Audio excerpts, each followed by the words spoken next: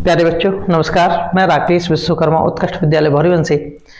इसके पहले की क्लासेस में हमने प्रकाश के परावर्तन के बारे में अध्ययन किया था और प्रकाश के परावर्तन होता क्या है उसके बारे में अपन ने विभिन्न प्रकार की परिभाषाएं और दर्पण सूत्र F=R/2 में संबंध देखा था। और यदि आप लोगों को देखना हो तो इस वीडियो के नीचे डिस्क्रिप्शन में इसकी लिंक दी जाएगी, आप देख सकते हैं। आज हम प्रकाश के अपवर्तन के बारे में पढ़ेंगे कि वास्तव में प्रकाश का अपवर्तन होता क्या है, अपवर्तन का कारण क्या होता है और प्रकाश की उत्क्रमणीयता का सिद्धांत क्या है। इन सब चीजों को अपन पढ़ेंगे जो कि परीक्षा की दृष्टि से बहुत ज्यादा इंपॉर्टेंट है। तो चलिए अपन स्टार्ट करते हैं वास्तव में प्रकाश का अपवर्तन। तो देखिए, प्रकाश के अपवर्तन में मुख्यतः होता क्या है कि इस प्रकाश के अपवर्तन में जब कोई प्रकाश किरण एक पारदर्शी माध्यम से दूसरे पारदर्शी माध्यम में प्रवेश करती है, जब कोई प्रकाश किरण एक पारदर्शी माध्यम से दूसरे पारदर्शी माध्यम में क्या करती है, प्रवेश करती है, तो वह अपने मार्ग से क्या हो जाती है, विचलित हो जाती है। और मार्ग से विचलित होने की जो घटना होती है उसे ही हम प्रकाश का क्या बोल देते हैं, अपवर्तन कह देते हैं। जैसे कि हमने प्रकाश का परावर्तन पढ़ा था, उसमें क्या होता है कि जब कोई प्रकाश किरण किसी चमकदार सतह पर जाके टकराती है और टकराने के पश्चात उस कुछ नियमों का पालन करती है और उसी माध्यम में लौट जाती है। तो यदि उसी माध्यम में लौट जाए तो समझ जाओ वो प्रकाश का क्या है, परावर्तन है। लेकिन यदि प्रकाश किरण एक पारदर्शी माध्यम से दूसरे पारदर्शी माध्यम में क्या कर जाए, प्रवेश कर जाए, तो वो कहला जाता है प्रकाश का अपवर्तन। तो देखिए यहां पर अपन देखें कि दो माध्यम अपन लेते हैं। मान लो ये एक माध्यम हो गया वायु, ठीक है, और ये एक माध्यम हो गया क्या, यहां पर अपन ले लिए मान लो ये कांच हो गया, ठीक है, और ये पूरा इस ऊपर का जो भाग है वायु का है, नीचे का भाग जो है वो किसका है, कांच का है। दोनों क्या है, पारदर्शी हैं, ठीक है। अब कोई प्रकाश किरण मान लो कोई प्रकाश किरण है और ये प्रकाश किरण ए बी ये इस दिशा में क्या होती है, आपतित होती है। ये वायु से कहां जा रही है, कांच में प्रवेश कर रही है। जैसे ही वायु से क्या करेगी, कांच में प्रवेश करेगी, तो ये जो काल्पनिक रेखा होगी ये कहला जाती है अभिलंब, ठीक है। ये काल्पनिक रेखा क्या कहला जाती है, अभिलंब। वास्तव में इस प्रकाश किरण को यहां जाना चाहिए था, सीधे सीधे, ठीक है। अब प्रकाश किरण क्या होती है, ये हो गई, ये यहां पर यदि देखा जाए तो ये जो प्रकाश किरण है वायु से कहां जा रही है, कांच में जा रही। वायु कौन सा माध्यम हो गया, विरल माध्यम, क्योंकि उसके अणु जो होते हैं पास पास होते हैं। कांच कौन सा माध्यम हो गया, सघन माध्यम हो गया, ठीक है।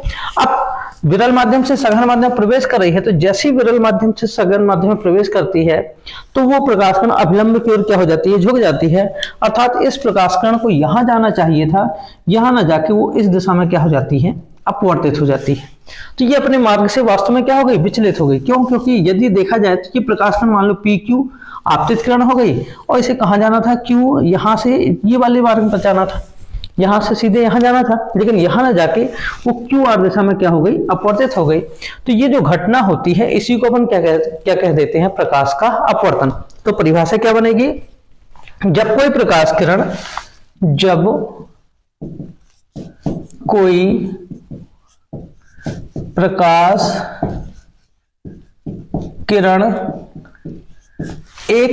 एक पारदर्शी माध्यम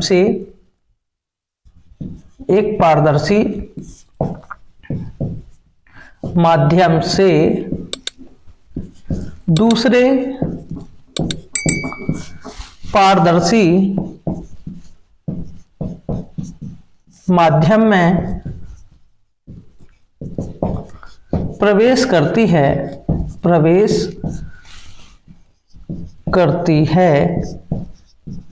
तो वह अपने मार्ग से विचलित हो जाती है,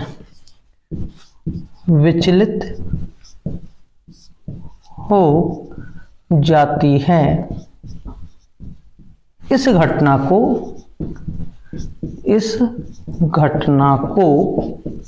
प्रकाश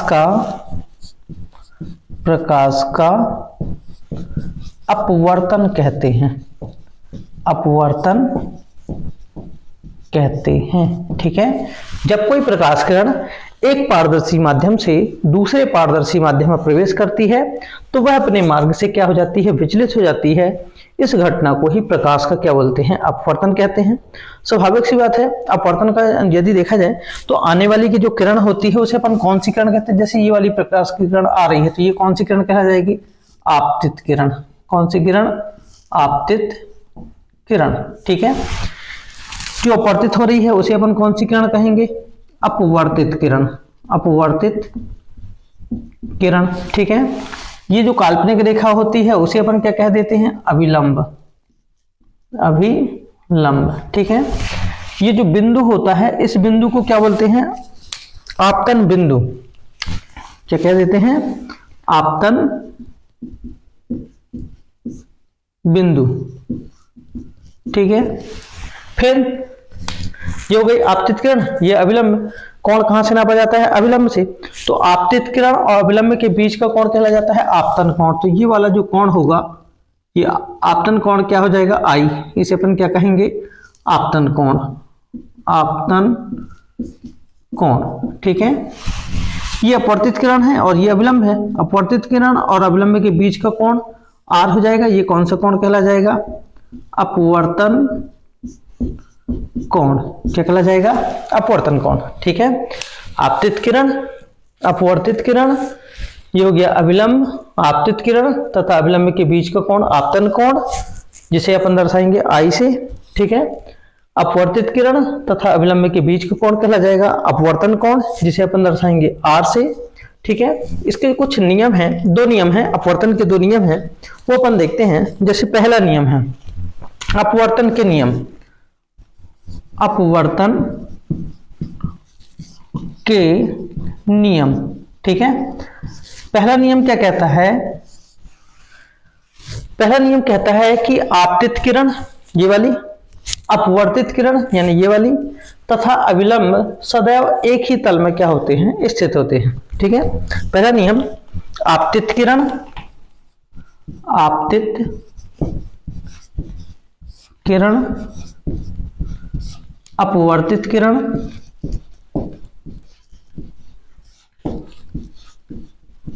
तथा अभिलंब, तथा अभिलंब सदैव एक ही तल में, एक ही तल में स्थित होते हैं, स्थित होते हैं। ठीक है, क्या कह रहा है कि आपतित किरण यानी ये वाली किरण, अपवर्तित किरण अर्थात ये वाली किरण, तथा अभिलंब अर्थात ये सदैव एक ही तल में स्थित होते हैं। तो ये पहला नियम हो गया। दूसरा नियम क्या कहता है? दूसरा नियम कि जब कोई प्रकाश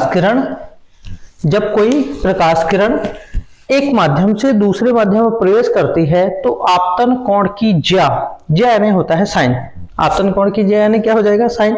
आपतन कोण क्या है? आई है, तो इसकी ज्या यानी क्या हो जाएगी? साइन आई। तथा अपवर्तन कोण की ज्या, अपवर्तन कोण क्या है यहाँ पर? आर, तो अपवर्तन कोण की ज्या यानी क्या हो जाएगी? Sine R. ठीक है, में एक निश्चित अनुपात होता है, एक निश्चित क्या होता है? अनुपात होता है, जिसे एक माध्यम के सापेक्ष दूसरे माध्यम का अपवर्तनांक कहते हैं।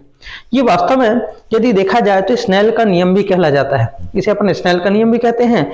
दूसरा अपवर्तनांक की भी परिभाषा हो जाती है और तीसरा अपवर्तन का दूसरा नियम भी है। तो परीक्षा में यदि स्नेल का नियम पूछा जाएगा तो अपन यही लिखेंगे, अपवर्तनांक की परिभाषा पूछेगा तो भी यही लिखेंगे, और अपवर्तन का दूसरा नियम पूछेगा तो भी अपन यही लिखेंगे। तो क्या लिखते हैं अपन यहाँ पर कि जब कोई प्रकाश किरण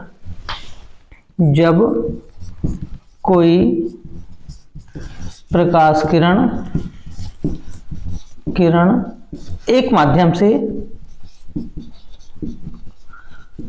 माध्यम से दूसरे माध्यम में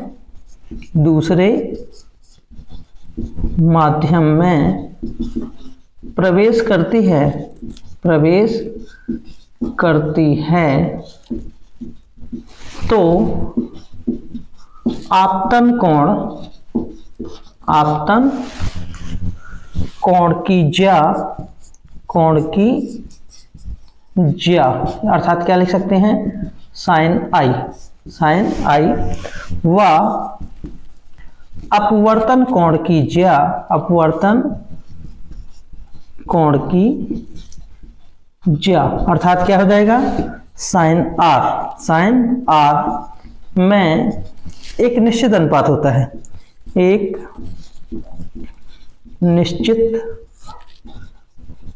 अनुपात होता है, अनुपात होता है जिसे जिसे एक माध्यम के सापेक्ष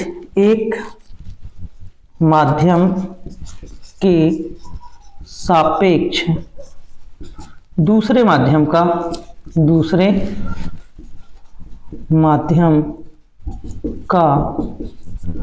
अपवर्तनांक कहते हैं। ठीक है, एक माध्यम के सापेक्ष दूसरे माध्यम का क्या बोलते हैं? अपवर्तनांक कहते हैं। वास्तव में ये स्नेल का नियम है, इसे स्नेल का नियम भी कहते हैं। इसे क्या कहते हैं? इसे स्नेल का नियम भी कहते हैं। इसे क्या कहते हैं? स्नेल का नियम। अर्थात क्या हो जाएगा? अर्थात म्यू बराबर साइन आई अपान साइन कितना हो जाएगा? आर। म्यू बराबर क्या हो जाएगा? साइन आई अपान कितना? Sine R. ठीक है, तो यहां पर अपन ने ये देखा कि वास्तव में प्रकाश का अपवर्तन होता क्या है, फिर अपवर्तन के नियम कौन कौन से हैं। पहला नियम, आपतित किरण, अपवर्तित किरण तथा अविलंब सदैव एक ही तल में स्थित होते हैं। दूसरे नियम क्या कहता है कि जब कोई प्रकाश किरण एक माध्यम से दूसरे माध्यम में प्रवेश करती है तो आपतन कोण की ज्या और अपवर्तन कोण की ज्या में एक निश्चित अनुपात होता है, जिसे अपन एक माध्यम के सापेक्ष दूसरे माध्यम का क्या बोलते हैं? अपवर्तनांक कहते हैं, और इसे स्नेल का नियम भी कहा जाता है। ठीक है, अब अपन देखते हैं कि वास्तव में अपवर्तन का कारण क्या है। ठीक है, क्या कारण है कि प्रकाश किरण एक माध्यम से जब दूसरे माध्यम में प्रवेश करती है तो अपवर्तित होती है। तो चलिए अपन देखते हैं अपवर्तन का कारण। चलिए अब अपन देखते हैं अपवर्तन का कारण। हमारे दिमाग में क्वेश्चन उठता होगा कि वास्तव में ये अपवर्तन होता क्यों होगा, ये कैसे अपवर्तन हो जाता होगा? प्रकाश किरण एक माध्यम से दूसरे माध्यम में जाती होगी तो क्यों अपवर्तित हो जाती होगी? विरल से सघन में जाती होगी तो अविलंब की ओर झुक जाती होगी, सघन से विरल में जाती होगी तो अविलंब से दूर हट जाती होगी। तो चलिए अपन इसके कुछ उदाहरण देखते हैं। स्वाभाविक सी बात है, यदि अपन सीधे कहीं जा रहे हैं, ठीक है, एक माध्यम यानी सीधे सीधे कहीं जा रहे हैं और बीच में क्या जाए, कोई रूम बना हो, कोई कमरा बना हो, तो क्या करेंगे? अपन धीरे से मुड़ेंगे, फिर क्या करेंगे? उसका दरवाजा देखेंगे तो थोड़ी सा मुड़ना पड़ा, फिर दरवाजे के अंदर जाएंगे, फिर दूसरी जगह से निकलेंगे। या फिर हम जा रहे हैं और जाने के पश्चात क्या हुआ, अब जाते जाते क्या हुआ, वहां पर पानी आनी भरा हुआ है। अब हम एक माध्यम क्या था? वायु था। दूसरा क्या हुआ? जैसे ही आया वहां पर पानी भरा हुआ है, जाना है अपन को, चाहे तैर के जाए, चाहे उसमें मान लो कमर से पानी है तो वहां से जाए। तो स्वाभाविक है हमारी जो स्पीड होगी वो पहले के मुकाबले क्या हो जाएगी? कम हो जाएगी। और फिर अपन जब वहां से वो पानी वाले भाग को अपन पार करेंगे, फिर से अपन कहाँ पहुंच जाएंगे? वायु में पहुंच जाएंगे, तो फिर से दौड़ लगा देंगे। तो स्वाभाविक सी बात है, क्या होता क्या है कि विभिन्न माध्यमों में प्रकाश की चाल भी क्या होती है? भिन्न भिन्न होती है। जैसे वायु में जो प्रकाश की चाल यानी अपवर्तन का जो कारण है, अपन क्या लिख सकते हैं? अपवर्तन का कारण। अपवर्तन का कारण, ठीक है, ध्यान दीजिएगा। अपवर्तन का जो कारण है, विभिन्न माध्यमों में प्रकाश की चाल का भिन्न भिन्न होना है। जैसे अपन देखें वायु में प्रकाश की चाल, वायु या निर्वात में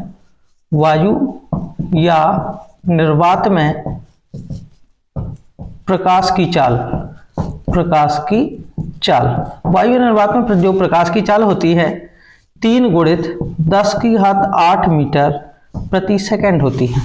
वायु या निर्वात में प्रकाश की जो चाल होती है वो कितनी होती है? 3 गुणित 10⁸ मीटर प्रति सेकंड। इसका मतलब क्या होगा कि 3 लाख किलोमीटर एक सेकंड में तय करता है। ठीक है, कहां पर? वायु या निर्वात में।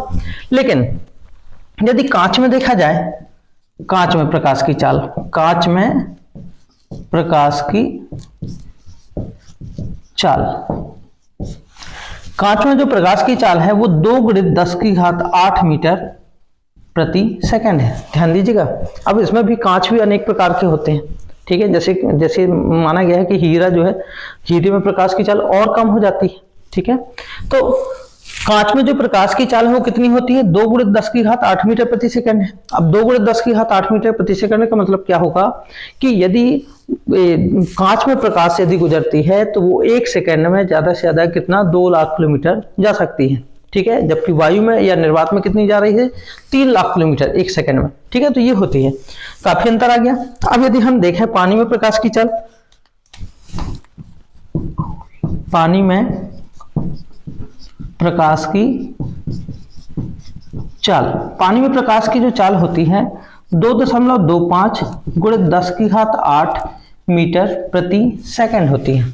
ठीक है, पानी में प्रकाश की चाल कितनी होती है? 2.25 गुणित 10⁸ मीटर प्रति सेकंड। तो अपन क्या देख रहे हैं? स्वाभाविक सी बात है, ये वायु निर्वात यानी इनमें भी यदि सघन या विरल होंगी तो थोड़ी बहुत कम या ज्यादा हो सकती है। तो यहाँ पर अपन ये देख रहे हैं कि जो प्रकाश की चाल है जो है विभिन्न माध्यम में भिन्न भिन्न है। यानी कहीं पर जैसे वायु निर्वात में 3 गुणित 10⁸ मीटर प्रति सेकंड है, कांच में प्रकाश की चाल 2 गुणित 10⁸ मीटर प्रति सेकंड है। तो यहाँ पर देखते हैं अपन पानी में प्रकाश की चाल 2.25 गुणित 10⁸ मीटर प्रति सेकंड है। तो अपन देखते हैं विभिन्न माध्यम में प्रकाश की जो चाल है भिन्न भिन्न है। यही कारण है कि प्रकाश जो जब एक माध्यम से दूसरे माध्यम में प्रवेश करता है तो वह अपने मार्ग से क्या हो जाता है? विचलित हो जाता है। कि विरल से सघन में जाता है तो अभिलंब की ओर झुकता है, लेकिन सघन से विरल में जाता है तो अभिलंब से दूर हट जाता है। ठीक है, तो ये है अपवर्तन का कारण। ठीक है, अब अपन देखते हैं कि प्रकाश की उत्क्रमणीयता का सिद्धांत। चलिए अब अपन देखते हैं प्रकाश की उत्क्रमणीयता का सिद्धांत। ये इंपॉर्टेंट है, परीक्षा में ये क्वेश्चन कई बार पूछा गया है। तो चलिए स्टार्ट करते हैं। प्रकाश की उत्क्रमणीयता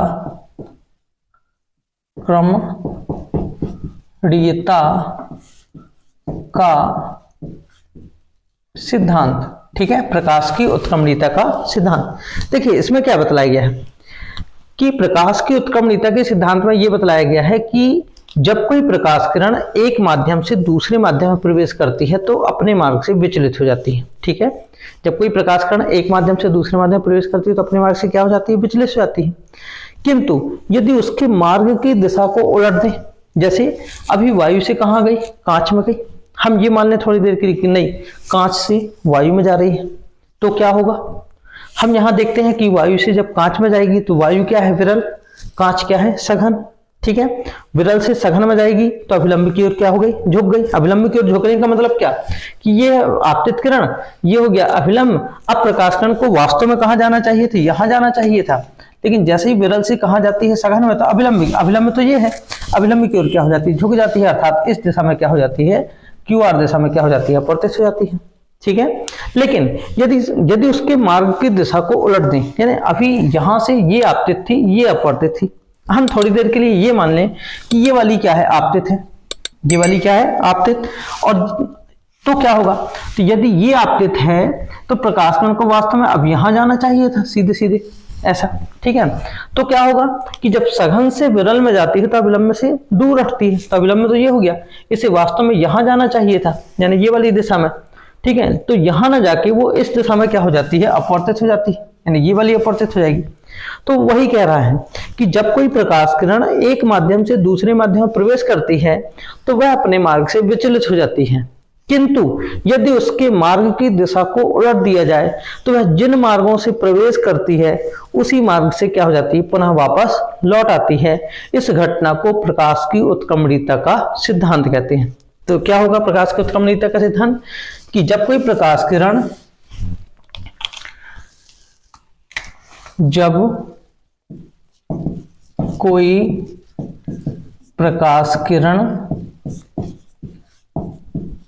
एक माध्यम से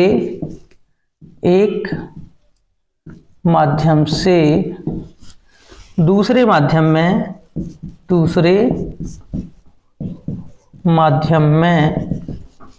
प्रवेश करती है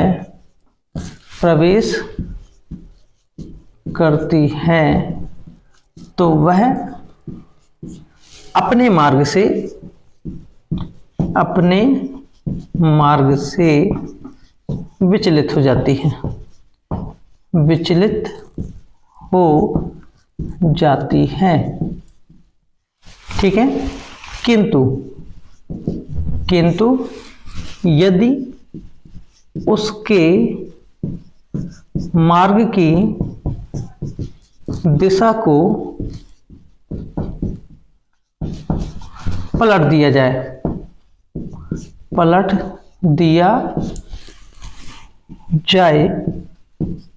तो वह जिन मार्गों से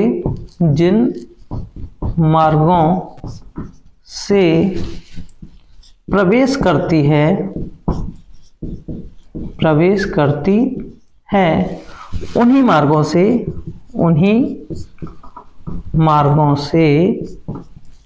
वापस लौट आती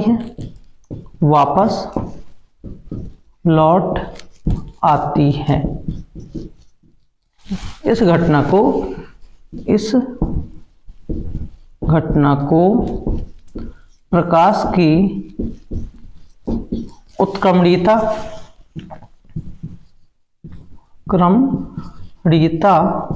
का सिद्धांत कहते हैं। ठीक है, जब कोई प्रकाश किरण एक माध्यम से दूसरे माध्यम में प्रवेश करती है तो अपने मार्ग से क्या हो जाती है, विचलित हो जाती है।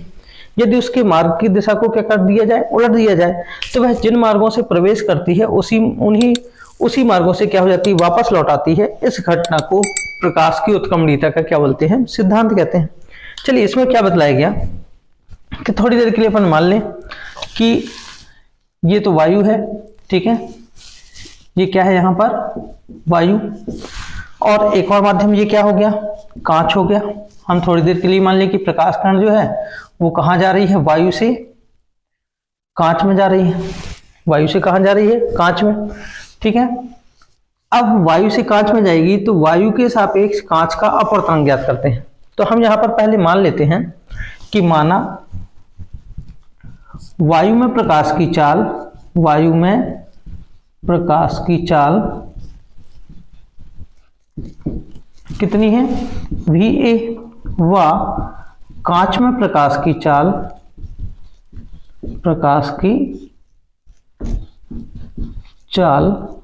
कितनी है, VG है।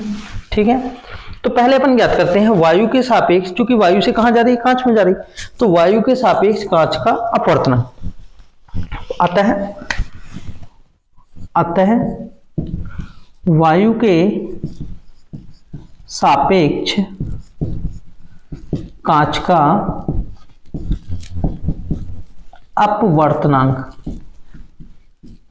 कितना हो जाएगा, बराबर वायु में प्रकाश की चाल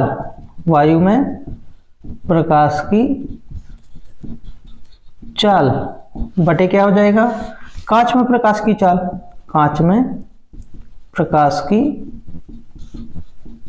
चाल। ठीक है, अब क्या इसे कैसे लिखेंगे, ए वायु के सापेक्ष कांच का, ए म्यू जी बराबर वायु में प्रकाश की चाल कितनी है, VA, बटे कांच में प्रकाश की चाल कितनी है, VG। ये हो गया हमारा समीकरण नंबर कौन सा, पहला। अब उसके मार्ग की दिशा को उलट दे, यानी अभी प्रकाश किरण कहां से कहां जा रही थी, वायु से कांच में। अब हम थोड़ी देर के लिए ये मान लें कि प्रकाश किरण कांच से वायु में जा रही है, तो हम क्या लिखेंगे, कांच के सापेक्ष वायु का अपवर्तनांक, कांच के सापेक्ष वायु का अपवर्तनांक कितना हो जाएगा, कांच के सापेक्ष यानी G म्यू कहां जा रही, वायु में, तो कांच में प्रकाश की चाल यानी VG बटे वायु में प्रकाश की चाल क्या हो जाएगी, VA। समीकरण नंबर क्या हो जाएगा, 2। ठीक है, अब दोनों का हम आपस में क्या कर देते हैं, गुणा कर देते हैं। यहां कर दे रहे हम समीकरण 1 गुणित किससे, 2 से। ठीक है, कितना हो जाएगा, left hand side A mu G into इसका left hand side G mu ए बराबर इसका right hand side VA upon VG गुणित यहां कितना है, VG अपॉन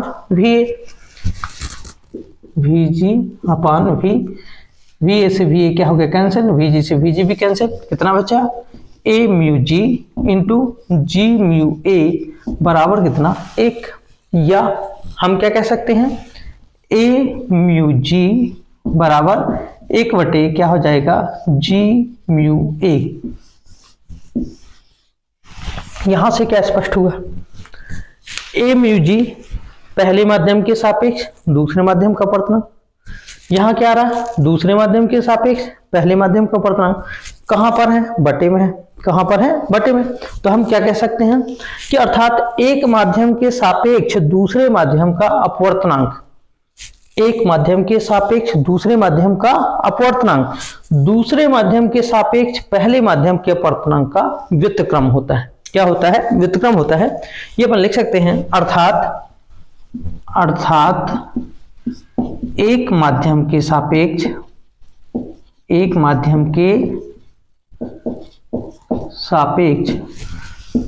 दूसरे माध्यम का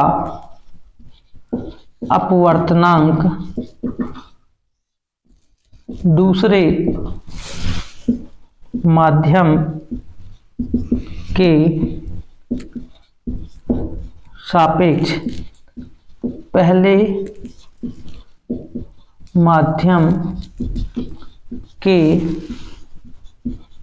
अपवर्तनांक का व्युत्क्रम होता है। ठीक है, एक माध्यम के सापेक्ष दूसरे माध्यम का अपवर्तनांक दूसरे माध्यम के सापेक्ष पहले माध्यम के अपवर्तनांक का व्युत्क्रम होता है। यह प्रकाश की उत्क्रमणीयता का क्या हो जाता है, सिद्धांत हो जाता है। अब एग्जाम में अनेक प्रकार के क्वेश्चन पूछे जाते हैं। जैसे ये पूछ लेगा कि वायु के सापेक्ष कांच का अपवर्तनांक 3/4 है। कितना है, a म्यू जी बराबर कितना है, 3/4। तो g म्यू a बराबर कितना होगा। ठीक है, सीधे से एक वाक्य में आ सकता है, फिर उसके बाद वस्तुनिष्ठ में आ सकता है, अनेक प्रकार से पूछता है। तो अपन यहाँ पर क्या बोलेंगे कि यहाँ पर a म्यू जी बराबर 3/4 है, तो स्वाभाविक है g म्यू a होगा, उसका व्युत्क्रम होगा। तो 3/4 का व्युत्क्रम कितना हो जाएगा, 4/3। कितना हो जाएगा, 4/3। यहाँ से भी कर सकते हैं, ऐसे लिख सकते हैं a mu G into G mu ए बराबर कितना हो जाएगा, 1। इसकी जगह अपन कितना लिख सकते हैं, 3/4 इंटू जी म्यू ए बराबर कितना, 1। तो जी म्यू ए बराबर 4 का गुणा 1 में करेंगे तो 4/ कितना हो जाएगा, 3। तो ऐसा भी अपन निकाल सकते हैं, नहीं तो अपन डायरेक्ट भी लिख सकते हैं। ठीक है, तो इस तरह से अपन ने ये देखा कि वास्तव में प्रकाश की उत्क्रमणीयता का सिद्धांत होता क्या है। यह क्वेश्चन भी परीक्षा में अनेक बार पूछा गया है। ठीक है, तो मेरे ख्याल से सभी बच्चों को ये समझ में आ गया होगा कि वास्तव में प्रकाश का अपवर्तन होता क्या है, अपवर्तन का वास्तव में कारण क्या होता है, और प्रकाश की उत्क्रमणीयता का सिद्धांत क्या है। इसके बाद की क्लास में हम और भी महत्वपूर्ण क्वेश्चन लेकर आएंगे। तो सभी बच्चों को ये समझ में आ गया होगा। इसके लिए नेक्स्ट क्लास देखना ना भूलें। सभी बच्चे इसको लाइक करें, सब्सक्राइब करें, शेयर करें और एग्जाम की अच्छी तैयारियां करें। बहुत कम समय बचा हुआ है अपने एग्जाम का, तो सही बच्चे अच्छी मन लगाकर पढ़ाई करें। धन्यवाद।